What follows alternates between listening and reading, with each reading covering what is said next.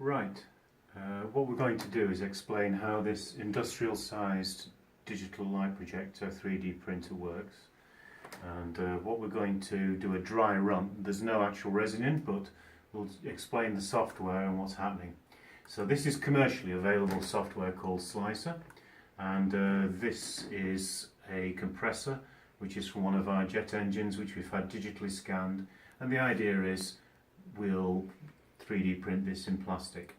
So as you see, what the idea is that first of all we make it into slices which are then black and white and then get printed. So assume we've done that. This is a slicer viewer, and you see what it does as I move it backwards and forwards. It's slicing through the actual machine part. So as we go through, we're going up through the actual compressor.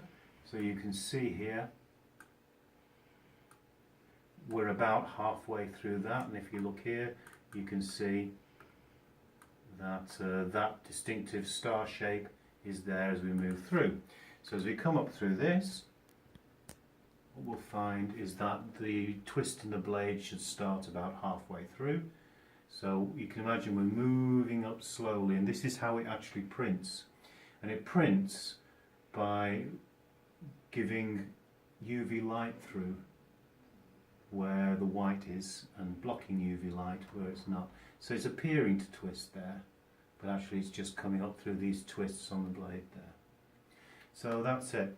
Now what we do then is there's another program I've got which I've written here in Visual C++. This controls the actual printer. There's another copy running over there. You know, we pull communications down here and so on. And basically the idea is you'll get projection code. So what you do is you'll say get this compressor code here, then it'll parse the file, and then it'll bring out hundreds and hundreds of these picture files. And it takes a minute or two to do, but it is working. So as we're parsing the file, what actually happens here is you can slowly see it filling up, and any second now it will move it'll fill this pane. There's a huge amount of work to do because each one of these files here has a huge amount of individual little points, thousands and thousands of them. And what we're going to do is make it into a bitmap which we then put on the printer. And obviously we own all of that. Then we have to put in the monitor width here, the monitor height, the dot print of the monitor, the plate width, the build width, how long it exposes each layer for.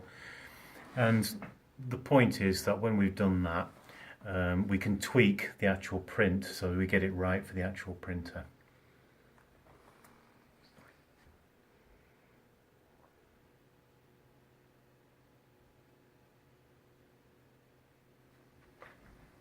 And as we see there, all the files have come through, the parsing's completed, and that's just the comms telling me in debug mode that everything's working fine. And I can stop that by talking to the board and telling it to shut up. So what we've got here, this is a laptop which through USB controls two boards here which are on the inside of this printer. So this is the same software, basically shrunk a bit for a laptop screen. So the idea is we're going to project over onto this printer these files in sequence. So if you come over here, basically this is all red at the moment so that it doesn't make any resin go off. Put a piece of paper on here, and then you can actually see closer. You can actually see how well defined the actual light area is. Okay. The build plate goes on here, which is wooden, and then the resin will actually key on to the wooden block. As we move up and down, as we print it, it hinges like this, so it peels itself off automatically. I've got the stop button here. Now obviously this is quite a small area for a big machine, but the idea is later on we're going to experiment to see exactly how large a print we can get away with before the model starts breaking. And obviously nobody's printed this length yet, but I believe one person's printed up to about 1 metre so far. But if the model is more substantial here and well keyed in, and a thicker model, we might actually be able to get the height. So as you pop into here, you can see behind here, it should be, it's only a prototype, but it's basically Arduino based with 2 controllers here, which are available on the net, and 24 volts worth of supply there. And back here we've got the basically it's on remote control at the moment, and we can just basically move this, jockey this up and down if we need to, but at the moment it's under remote control from the laptop. So let's display one of these compressor files. So it gets interesting at around about 100 files, so I'll go into 100 there, something like that, and we'll display it. So let's go into the subfiles, compressor, yeah, somewhere around 100. So what you can see there is just the corner of it. So what we'll actually do is we'll move this over onto the projector, which is a multi-monitor. So if we move over there, you can just see the little window. So if I maximise it now, there you go. That's what it actually looks like when it's printing. Okay. So I'll move it up a little bit for you.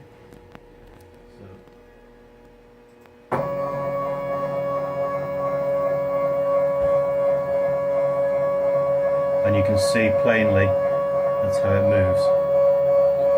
And we can put an UV light protector on there.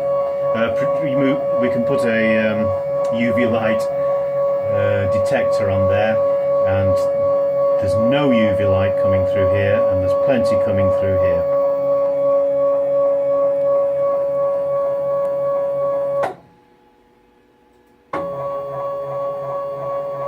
So basically what we'll do is we'll just show you a rough idea of how it will look when it's printing. Bear in mind there is another wooden guard down here, and there will be some resin here when I'm ready to do the first full print and see how it works. So there'll be another video coming up shortly.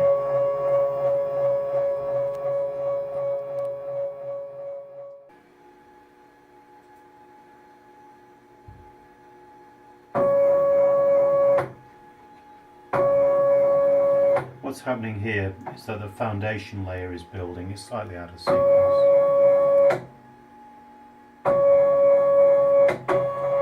You can see now the actual ring is moving, and now the print starts. And what's happening is it goes and sequences through all the files slowly. And so obviously I've just paused this because it's annoying and getting in the way. But what you'll actually see is it going through that compressor wheel.